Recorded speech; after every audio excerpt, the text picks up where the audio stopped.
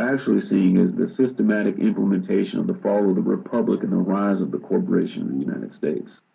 Every major event is a step in the ladder to achieve that end.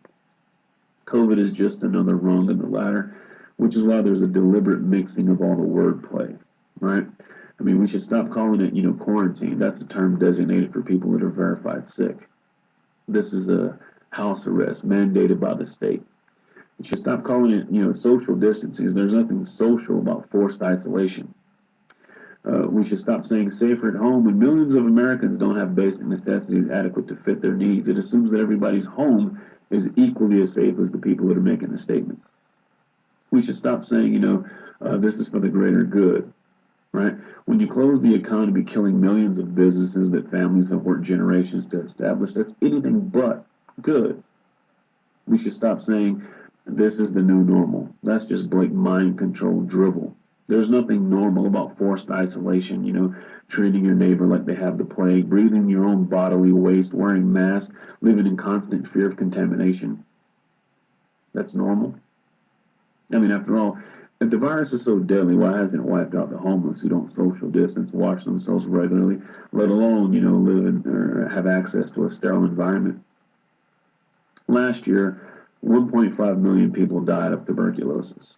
Why were you not wearing a mask during the tuberculosis pandemic? You were endangering, public health and safety along with billions of other people around the globe. So why didn't you wear a mask? I'll tell you why. Because the mainstream media didn't tell you to wear a mask. Right?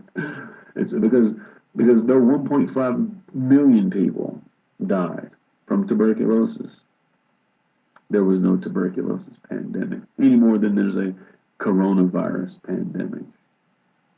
What you're really participating in is a beta test for AI systems and facial recognition.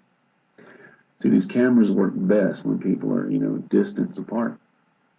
Now they're actually testing through machine learning how to recognize, a face that's partially covered. It's also a way to easily determine who's compliant and who's not. Who does the propaganda work on and who it doesn't?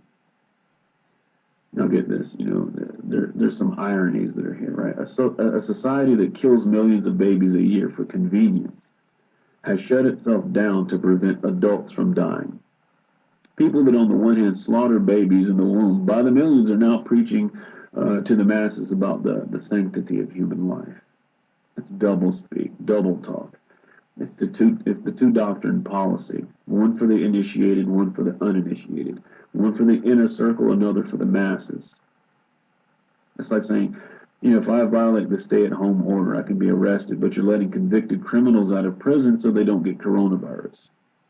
Thesis, antithesis, synthesis.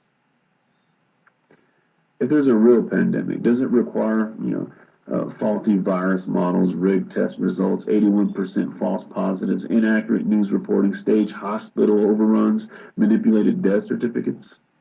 Nope. When the government shuts down, millions of small businesses, but doesn't lay off any government employees, it's not about the health. When the state bans dentists from practicing, but deems it necessary for abortion clinics to stay open, it's not about your health. When the state prevents you from buying seeds for your garden, but allows you to purchase lottery tickets, it's not about your health. An institution that has the ability to destroy all of Earth through alleged nuclear warfare should not regulate personal self-defense. An institution that's caught trafficking drugs shouldn't be able to regulate plants. An institution that's racked up $23 trillion prior to coronavirus in debt shouldn't be allowed to manage the retirement fund.